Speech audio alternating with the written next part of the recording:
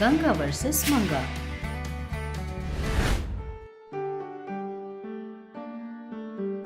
एक दिन सूर्यकांतम घर में बैठी हुई थी। इतने में वहाँ सूर्यकांतम का बेटा आता है। माँ, तुमसे थोड़ी बात करनी है। बोलो बेटा, क्या बात है? इस बार फसल कम हुई है, इसलिए खेतों में काम के साथ साथ मिल में भी काम करने का सोच रहा हूँ। तुम क्या कहती हो, बोलो। इसमें मैं क्या बोल सकती हूँ? तुम्हें जो भी सही लगे वही करो। तब पीछे खड़ी चंद्रकांतम, क्या जी, आप मजदूरों वाले काम करोगे? पेट भरने के लिए कोई भी काम करे। ये क्या, कोई अच्छा सा बिजनेस कर सकते हैं ना? खेतों में काम करते हुए बिजनेस देखना मुश्किल होगा चंदू। बिजनेस का मतलब पूरा टाइम उसके लिए ही रखना होगा। बेकार का काम है खेती, कोई फायदा नहीं। किस लिए जी वो काम करके? खेती कोई बिजनेस नहीं है जो लाभ मिलेगा तभी करोगे। ये हमारी जीवन शैली है, ये नहीं होगा तो इंसान भी नहीं होगा। बहुत अच्छा कहा तुमने बेटा, फिर भी तुम्हारी बातें उसके समझ में नहीं आएंगी। उसे हमेशा लोगों को टक्कर पैसे कमाने की इच्छा के सिवा कुछ समझ में नहीं आता। तुम जाओ, जाकर अपना काम संभालो। चंद्रकांतम भी बिना कुछ कहे वहाँ से चली जाती है, जिस पर सूर्यकांतम का बेटा हर रोज खेतों के साथ साथ मिल में भी काम करने लगा। पर यह चंद्रकांतम को पसंद नहीं आ रहा था। एक दिन चंद्रकांतम रिलैक्स होकर टीवी देख रही थी। उतने में चंद्रकांतम का पति मिल में बहुत काम करके थक कर घर आता है। आकर चंद्रकांतम से ऐसा कहता है, बहुत भूख लग रही है, आकर खाना परोसो। जिस पर चंद्रकांतम घमंड दिखाते हुए कहती है, वहीं पर खाना रखा है, आप खुद परोस लीजिए। जो सुनकर चंद्रकांतम का पति बोलता है, मैं इतनी मेहनत करके आकर खाना भी खुद परोस कर खाऊं? जो सुनकर चंद्रकांतम गुस्से से ऐसा कहती है, आप क्या कोई कलेक्टर का काम करके आ रहे हो, आते ही खाना परोसने के लिए? मजदूरों का काम क्या? मजदूर न हो तो पूरी दुनिया में कोई भी काम नहीं होगा, सभी काम रुक जाएंगे। फिर भी सच्चाई से काम करने वाला कोई भी काम अच्छा काम है। फिर भी तुम्हें ये सब कुछ समझ में नहीं आएगा। बोलकर गुस्से में बिना खाना खाए हुए वहाँ से चला जाता है। उतने में वहाँ सूर्यकांतम आती है। क्या हुआ, मेरा बेटा क्यों इतनी जल्दी जा रहा है? बोलकर चंद्रकांतम से पूछती है, जिस पर चंद्रकांतम सूर्यकांतम को पूरी बात बताती है। पूरा दिन मेहनत करके मेरा बेटा घर आता है तो तू उसे बिना खिलाए भेज देती हो? जिस पर चंद्रकांतम ऐसा कहती है, मतलब वो सासू माँ, मैंने बिजनेस करने को कहा, उन्होंने नहीं किया, इसलिए गुस्से में मैंने खाना नहीं परोसा। तो फिर गुस्सा नहीं होगा क्या? बेचारे को खाना नहीं खाने दिया तुमने, फिर भी मजदूरी मजदूरी कहती हो क्यों? अगर वो नहीं होते तो फिर इतने अच्छे से चलने वाली गवर्नमेंट, फैक्ट्रीज कुछ भी नहीं होते। जिस पर चंद्रकांतम को अपनी की गलती समझ आ जाती है। दुखी होते हुए, अरे मैंने बहुत बड़ी गलती कर दी है सासू माँ। ठीक है, जो हुआ सो हुआ। कल मेरे है, सेंट्रल गवर्नमेंट ने मजदूरी की मेहनत को देखकर उनके लिए ये दिन रखा है, इसीलिए कल अच्छी सी मिठाई बनाकर मेरे बेटे को खिलाओ और उसे मनाओ, ठीक है ना?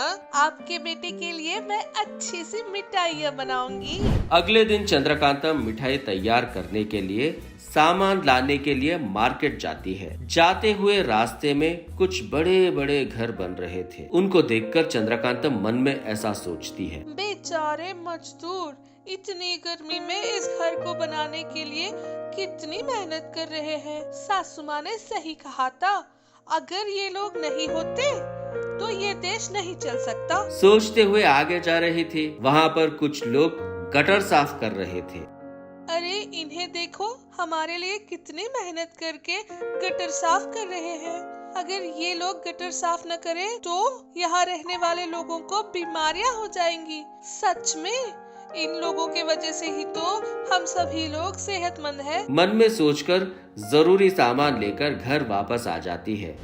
अपनी सासू सूर्यकांतम से ऐसा कहती है, आपकी कही बातें बिल्कुल सही थी सासू माँ। अगर ये मजदूर नहीं होते तो अपना जीवन बिल्कुल आगे न बढ़ पाता। क्या हुआ तुम्हें? मिठाइयाँ बनाने के लिए सामान के लिए मार्केट गई थी ना, वहाँ पर अलग अलग मजदूर अपने अपने काम कर रहे थे सासू माँ। कुछ लोग घर बना रहे थे और कुछ गटर साफ कर रहे थे। ऐसे बताते जाऊँ तो बहुत देखा सासू माँ। सच में मजदूरी किसी भी देश की रीढ़ की हड्डी जैसे होती है। अगर वो न हो तो देश का कोई भविष्य नहीं होगा। तब चंद्रकांतम ऐसा बोलती है। सच में सासू माँ, ये सब बिना जाने बिना कारण उन्हें डांटा मैंने। अब अच्छी अच्छी मिठाइयाँ बनाकर उन्हें खिलाऊंगी। ठीक है, जल्दी बनाओ, उसके आने का वक्त हो गया है। ठीक है सासू माँ। किचन में चली जाती है, मिठाइयाँ बनाती है। थोड़ी देर के बाद मिठाइयाँ तैयार करके खुद से ऐसा कहती है, अब जाकर मिठाइयाँ तैयार हुई। सोचकर एक स्पून से थोड़ी सी मिठाई मुंह में रखकर स्वाद देखती है। वो बहुत कड़वा था, जिसके कारण वो उस मिठाई को थूक देती है। इतने में वहाँ पर सूर्यकांतम आती है। क्या हुआ? कितना अच्छा बनाने पर भी मिठाइयाँ मीठी की जगह कड़वी बन रही है। मिठाइयाँ कड़वी कैसे बन सकती है? वो आपके बेटे को पसंद है सोचकर करेला मिलाया। मिठाई में करेला मिलाया। कुछ न कुछ करिए सासू माँ, आपके बेटे के आने का वक्त हो गया है, कहती है। और कुछ न कर पाकर सूर्यकांतम अपनी मैजिकल पावर से उन मिठाइयों को बहुत टेस्टी बना देती है, जिस पर चंद्रकांतम सूर्यकांतम को गले लगा लेती है।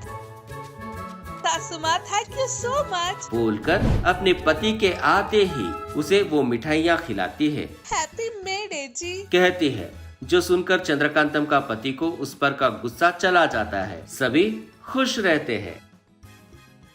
कांता अच्छे से तैयार होकर अपनी दोस्त चीनी वाली सुजाता के साथ मिलकर अपने बचपन की दोस्त विमला से मिलने जाती है। विमला के घर में रेणुका को देखकर चंद्रकांता उसे गले लगाकर, अरे ये लम्मा, कैसी हो तुम? कितने दिन हो गए तुम्हें देखकर। क्यों दोस्तों, आप लोगों ने मेरी दोस्त रेणुका यल्लम्मा को नहीं पहचाना क्या? तो फिर अभी नीचे दिए लिंक को क्लिक करके अंडरग्राउंड ब्यूटी पार्लर वीडियो जरूर देखो। वो वीडियो देखकर बहुत हंसिएगा। अच्छे से रेणुका कहकर बुला सकती हो ना? कितना स्टाइलिश लगेगा। तुम्हें ऐसे बुलाने पर ही तो मिलेगा मुझे वो ब्लडी सैटिस्फैक्शन। तुम और तुम्हारी सैटिस्फैक्शन, तुम अभी तक नहीं बदली क्या? वो सब तो ठीक है। सभी एक दूसरे का हालचाल पूछते हैं। इस तरह वो लोग बहुत एंजॉय करते हुए बहुत सारी बातें करती हैं। इस तरह बातें करती जा रही थी कि उतने में विमला का फोन आता है। विमला फोन में बात करने के लिए बगल में जाती है। थोड़ी देर तक फोन में बात करने के बाद फिर से वापस अपने दोस्तों के पास आ जाती है। कौन है फोन पर? वो कल हमारे घर में फंक्शन है ना, उसके बंदोबस्त के बारे में मेरी सासू माँ ने फोन किया था, तुम सब जरूर आना, बोलती है, जिस पर चंद्रकांता और सुजाता बहुत खुश होती हैं। अच्छा, हम लोग जरूर आएंगे। आने का मतलब सिर्फ गेस्ट की तरह आकर जाना नहीं है, वहाँ पर सभी का हमें ही देखना होगा। ऊपर से सासू माँ ने अपना पूरा इन्फ्लुएंस इस्तेमाल करके मूवी हीरोइन प्रियंका रॉय को बुलाया है। उन्हें रिसीव करने के लिए, उन्हें क्या चाहिए देखने के लिए। हमें से सबसे खूबसूरत लड़की जो है वही उस हीरोइन के साथ रहेगी, कहती हैं, जो सुनकर चंद्रकांता मन में, वो खूबसूरत लड़की और कौन है? मैं ही हूँ ना। इन सब से मैं बहुत खूबसूरत हूँ, वो मेरा ही नाम बोलेगी। मन में सोच ही रही थी। हम लोगों से सबसे ज्यादा सुंदर अपनी रेणुका ही है, इसीलिए इस फंक्शन के खत्म होने तक रेणु तुम्हें उस हीरोइन के साथ ही रहना होगा। जो सुनकर रेणुका, अरे ठीक है, तुम्हारे लिए ये भी नहीं कर सकती क्या? अपना नाम सुनना चाहती थी चंद्रकांता, पर रेणुका का नाम लेते ही चंद्रकांता को बहुत गुस्सा आ जाता है। फिर अपने आप से, मेकअप डालने पर भी आप लोग उसका चेहरा नहीं देख सकते, ऐसी है वो। मुझसे ज्यादा सुंदर है क्या? ये लोग जानबूझकर ही ऐसा कर रहे हैं, बताती हूँ उनको। सोचकर थोड़ी देर बातें करके सभी अपने अपने घर चली जाती हैं। चंद्रकांता घर आकर खुद को आईने में देखती है, खुद से बातें करती है। सच में मैं मैं सुंदर नहीं हूँ, पर वो क्यों हम चारों में बहनों का सबसे सुंदर है बोली थी। छी, इतनी बेइज्जती के बाद अब मैं कौन सा चेहरा लेकर उस फंक्शन में जाऊं? सोचती हुई रोती जा रही थी। इतने में वहां सूर्यकांतम आ जाती है। क्या है तुम्हारा? आपने ही किया है ये सर, आपने ही किया है। क्या है तुम्हारा रोना? परसों चीनी वाली सुजाता, आज तुम दोनों मिलकर मुझ पर क्यों रो रही हो? क्यों, क्या हुआ पहले ये बताओ। जो हुआ सूर्यकांतम को बताती है, जो सुनकर सूर्यकांतम चंद्रकांता से, ये सब तो ठीक है, पर इसमें मैंने क्या किया जो तुम सब कुछ आपने किया कह रही हो? मुझ पर रो रही हो तुम? जिसके जवाब में चंद्रकांता रोते हुए, मुझे इस काम पर, उस खेतों में काम पर नहीं कहने पर भी भेजा था आपने। उस धूप में घूम घूम कर काला हो गया है। रोते हुए बताती है, जो सुनकर सूर्यकांतम गुस्से में, अरे तुम काली धूप में घूमकर नहीं हुई, YouTube में देखकर ये वाला क्रीम वो वाला क्रीम लगा कर पूरा चेहरा गंदा संदा कर लिया है। जोर से कहती है। चंद्रकांता कुछ नहीं कह पाती और जोर जोर से रोने लगती है।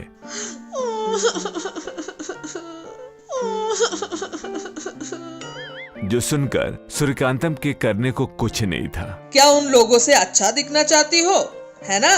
बस अच्छा ठीक है, पहले ये रोना बंद करो, अभी आती हूँ। बोलकर अंदर चली जाती है।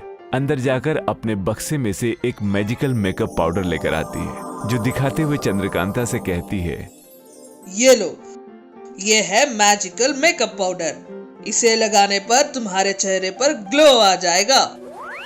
जो सुनकर चंद्रकांता बहुत खुश होकर अपने मन में, अब जाकर मिला, इसके लिए ही तो इतनी देर से मैं इतना सारा नाटक कर रही थी। और अगले दिन मैजिकल पाउडर लगाकर फंक्शन में जाती है। चंद्रकांता का चेहरा बहुत सुंदर लगने के कारण सभी लोगों की नजरें उसी पर टिकी थी।